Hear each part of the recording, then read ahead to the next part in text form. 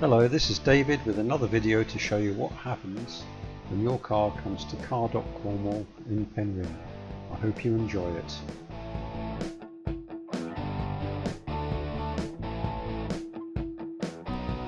This Isuzu Rodeo pickup truck suffered some rear damage.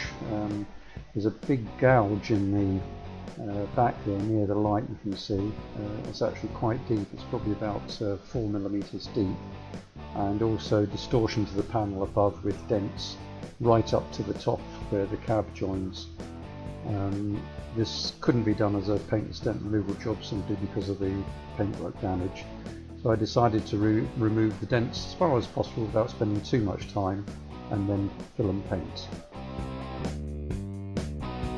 First job is to get that rear light cluster out so I can get access into the rear of the panel to start reducing the dents. I've got a stainless steel rod there which is working the dents out, and at the same time as I'm pushing from the inside, I'm tapping down on the outside to reduce crowns, which are where the metal is being pushed out. The gold bar that you can see there gives me a light reflection so I can see where I am, and I think you can actually see that I'm having to put some real pressure on those dents to get them out. They're very tight. It took quite a bit of time pushing away there and hammering down, and I got the majority of them out at that point. Afterwards I had to do some more work on them, as you'll see. Taking a rest from dent removal, I decided to remove the arch extension there, and then I went back to working on the dents. I was having problems getting into the top of the dents at the top of the panel there, so I used a glue puller to pull some of it out with a nylon tab. Because the dents were large, it's not unusual to suffer oil canning, which is where the panel starts to get a bit floppy. Sometimes you push it in and it stays in and pops out if you tap it. I carried on removing the dents, but I knew I would have to deal with the oil canning at some stage, so I sanded down the panel, which revealed some lows there which I could then work on. You'll see that as I work on the dents and then sand again, that the dark areas go away or get reduced, ready for the next step.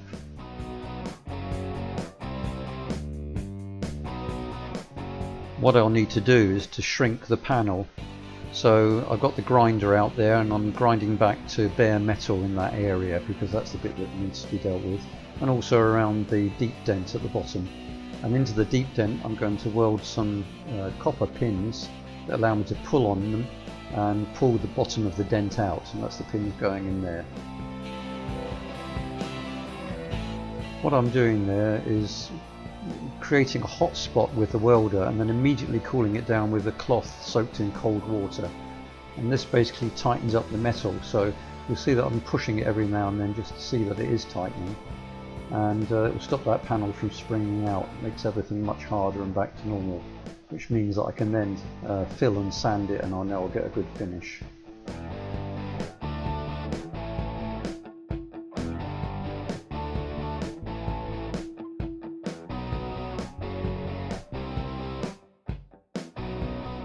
Final bit of tapping down in preparation for applying a thin coat of filler. This first coat of filler is really just to give me a guide to what's going on there. So once infrared is finished, then I can sand it back and just see if there's any more highs or lows there that need to be sorted out. This first coat of filler is just to give me a guide so I can see if there's any more highs or lows that need to be fixed. Then I'll go on and apply a second layer of filler once I've tapped those down.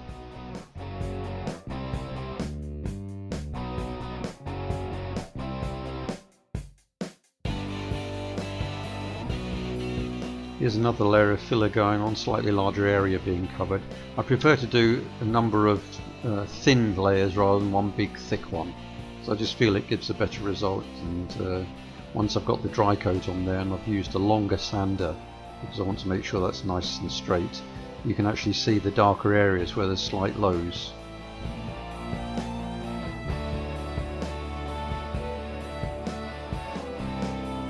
More highs identified, so they're being tapped down, and flexing the panel at the same time, making sure everything's nice and stable. Then another thin coat of filler on top. Once the dry coat is on, I can then sand with the long sander, which makes sure the panel is going to be nice and straight. And sometimes the dark areas you see are not actually lows, it's just the darkness coming through the thin layer of filler showing up. It isn't actually a low as such. It was a low.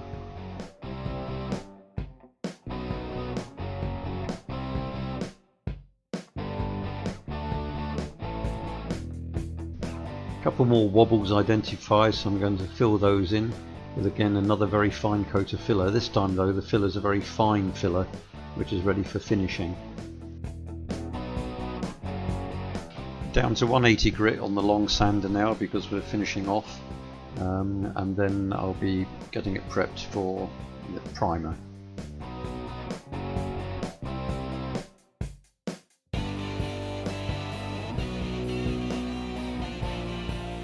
I'm going to spray some panel wipe over the panel so that I can have a good look in the light to see if there's any lumps or anything reflecting, and sure enough I've spotted them, so a bit more tapping down.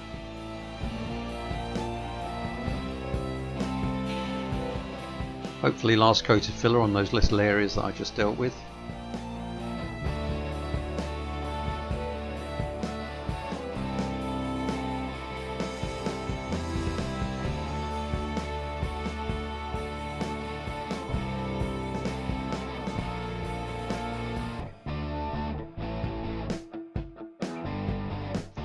After all that effort, I found yet another little dink that needed filling, so that's done as well. You have to get it right. This is all in the prep stage. You cannot afford to leave anything to chance. Another coat of panel wipe and check, and I think it's ready to go to primer stage. So sand down the edges with 320, and that makes sure that I get a nice finish, no scratches showing through. Masking up for primer now, so this is just temporary masking until the primer is complete.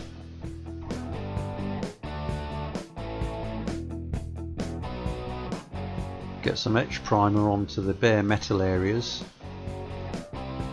Once that's dry, we can get the main primer on. 2K primer, quite thick, heavy duty stuff, and I'm actually going to put 4 coats of it on here because I want to make sure that I've got a good depth of material to work with. I'll spray on a bit of white primer on this so I can identify any lows, and then the masking comes off, and the first thing is to use some 240 grit on the long sander because I want to make sure that surface is nice and level.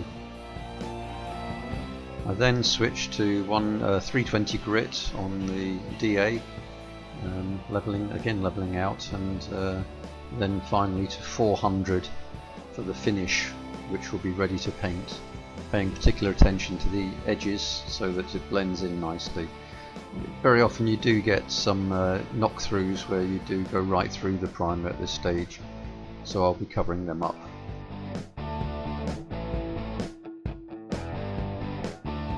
Cleaning and keying the rest of the panel in preparation for paint, and also making sure that if there's any areas where I need to apply a bit of primer just to cover.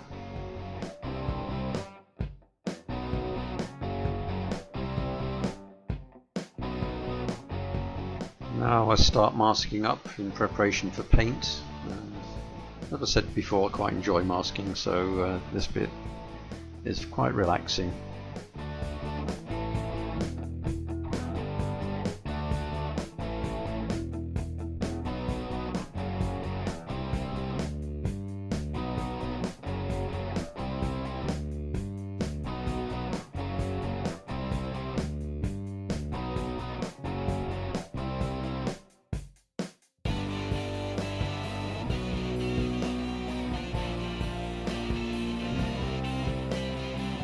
I need to get some Etch primer on some bare patches, so I'm doing that, and then I'll just carry on, get the lamps on and carry on masking around it.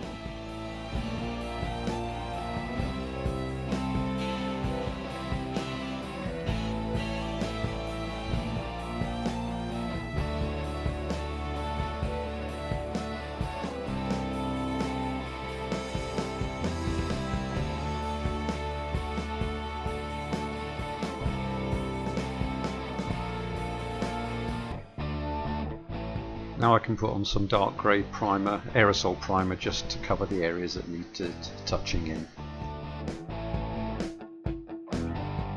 Dusting and cleaning, and then we can get on to the first coat of colour paint.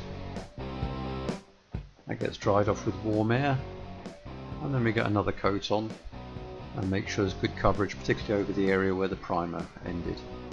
Third coat goes on, and then the final coat, which is the drop coat, the effect coat, to finish and make sure it's all dry.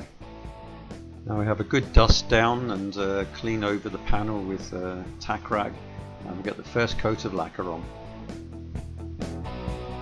Leave it to tack for 10 minutes, and then the heavier second coat going on there.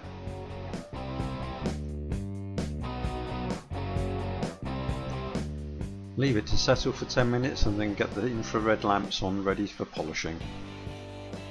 I got a reasonable finish with the lacquer, but I'm just knocking it back a bit to reduce some of the peel to blend in with the rest of the vehicle.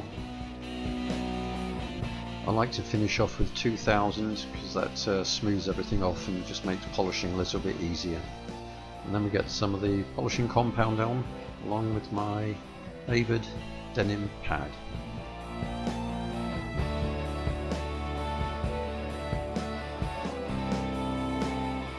Next up is the fine polishing with the yellow pad, and that brings up the shine and finishes it off looking really good.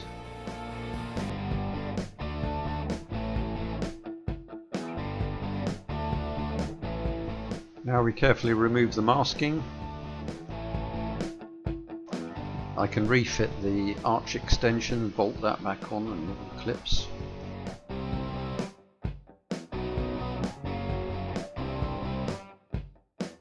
Final polish followed by an inspection. It's turned out quite nice. No washing today because it was absolutely chucking it down outside. I hope you enjoyed the video.